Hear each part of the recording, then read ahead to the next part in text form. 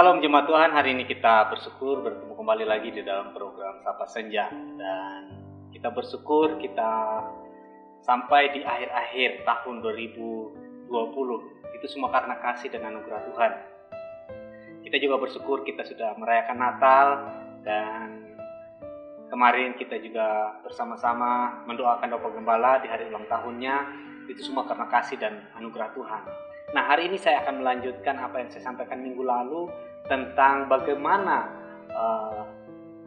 para gembala melihat malaikat berseru di surga dengan suara nyaring Mereka mengatakan kemuliaan bagi Allah di tempat yang maha tinggi dan damai sejahtera di bumi di antara manusia yang berkenan kepadanya. Nah, kata kemuliaan yang dipakai di sana setara dengan yang dipakai di dalam 1 Timotius 3 ayat 16. Dan kita akan membaca ayat tersebut.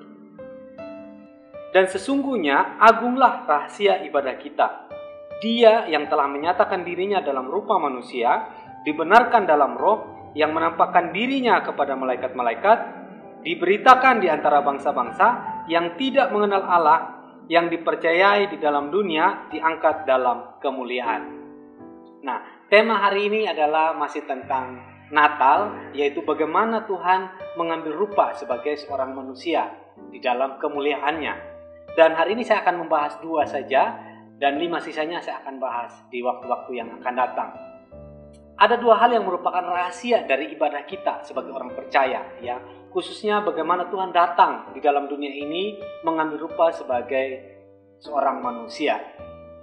Hal yang pertama yang merupakan rahasia dari ibadah kita sebagai orang percaya adalah di sana dikatakan ayat yang ke-16 bagian B, Dia.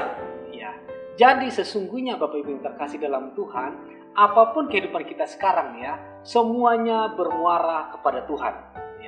Ibadah kita, aktivitas kita, kegiatan-kegiatan kita merayakan Natal, kita mengakhiri tahun 2020 dan kita akan masuk di dalam tahun 2021. Sesungguhnya rahasia itu adalah bahwa semua kemuliaan hanya bagi Tuhan kita. Ujung-ujungnya adalah Dia dan Dia. Jadi tidak ada sesuatu pun yang kita kerjakan di dalam dunia ini sebenarnya yang tujuannya hanya untuk diri kita sendiri. Tetapi semuanya, apapun yang kita kerjakan, semuanya hanya untuk Tuhan. Semuanya hanya untuk Tuhan. Jadi Tuhan harus menjadi prioritas utama di dalam hidup kita. Kalau kita bekerja, kita melakukannya untuk Tuhan. Kalau kita mengajar, kita melakukannya untuk Tuhan. Bahkan mungkin buat ibu-ibu yang di dapur, mereka memasak, kita melakukannya juga untuk Tuhan. Jadi semuanya hanya untuk Tuhan dan Tuhan. Kemuliaan bagi Tuhan di tempat yang maha tinggi. Apalagi Bapak Ibu yang terkasih dalam Tuhan, kalau kita melakukannya ketika kita beribadah. Karena di dalam Roma pasal 12 ayat yang ke-1 dan 2 di sana mengatakan demikian. Karena itu saudara-saudara, demi kemurahan Allah aku menasihatkan kamu supaya kamu mempersembahkan tubuhmu sebagai persembahan yang hidup, yang kudus dan yang berkenan kepada Allah. Itu adalah ibadahmu yang sejati. Janganlah kamu menjadi serupa dengan dunia ini, tetapi berubahlah oleh pembaruan budimu, sehingga kamu dapat membedakan manakah kehendak Allah, apa yang baik, yang berkenan kepada Allah dan yang sempurna. Jadi apapun kegiatan kita, hendaklah kita melakukannya hanya untuk Tuhan. Jadi apapun kegiatan kita, khususnya apalagi kalau kita beribadah, kita melakukannya hanya untuk hormat dan kemuliaan bagi nama Tuhan. Hal yang kedua yang kita mau lihat di dalam 1 Timotius pasal 3 ayat 16 adalah ayat yang ke-16 bagian B. Di sana dikatakan, Dia yang telah menyatakan dirinya dalam rupa manusia.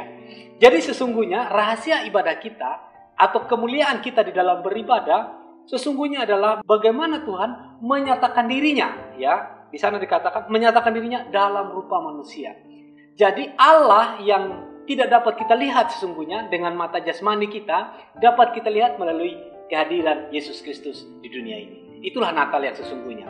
Jadi Tuhan di dalam kemuliaannya hadir di dalam dunia ini untuk menyatakan kemuliaannya. Mengambil rupa sebagai seorang manusia. Di dalam Filipi pasal 2 ayat yang ke-5 sampai ayat yang ke-7. Ayat yang ke-7, firman Tuhan mengatakan demikian. Hendaklah kamu dalam hidupmu bersama menaruh pikiran dan perasaan yang terdapat juga dalam Kristus Yesus. yang walaupun dalam rupa Allah tidak menganggap kesetaraan dengan Allah itu sebagai milik yang harus dipertahankan, melainkan telah mengosongkan dirinya dan mengambil rupa seorang hamba dan menjadi sama dengan manusia. Jadi kalau kita melihat di ayat yang ke-6 di sini dikatakan tidak menganggap kesetaraannya dengan Allah itu sebagai milik yang harus dipertahankan. Jadi kita melihat Bapak Ibu yang terkasih dalam Tuhan, rahasia ibadah kita khususnya bagaimana Tuhan menyatakan kemuliaannya di dalam dunia ini adalah bagaimana Tuhan dengan rela mengambil rupa sebagai seorang manusia. Ini bicara apa? Ini bicara tentang kerendahan hati. Ya. Bapak Ibu yang terkasih dalam Tuhan, ini hal yang luar biasa bagaimana Tuhan kita mau menjadi manusia. Itu bukan perkara yang biasa-biasa saja, tetapi itu bagaimana Tuhan menyatakan kasih-Nya bagi saya dan saudara. Dan kita melihat di sini bagaimana Tuhan mengosongkan dirinya dan mengambil rupa sebagai seorang manusia. Bukan berarti Dia meninggalkan kealahannya, Dia tetap Allah, tetapi di dalam rupa manusia. Dan itulah yang kita rayakan setiap tahun, khususnya di bulan Desember. Jadi dua hal ini yang menjadi esensi dalam ibadah kita dan juga merupakan hal yang penting bagi kita untuk menjalani hari-hari kita, bahwa apapun yang kita kerjakan fokusnya hanya kepada Tuhan, karena Tuhan sudah mengambil rupa menjadi seorang manusia yang dapat kita lihat karena kasih-Nya begitu luar biasa buat hidup kita. Inilah firman Tuhan pada sore hari ini, kiranya menjadi berkat buat kita. Shalom.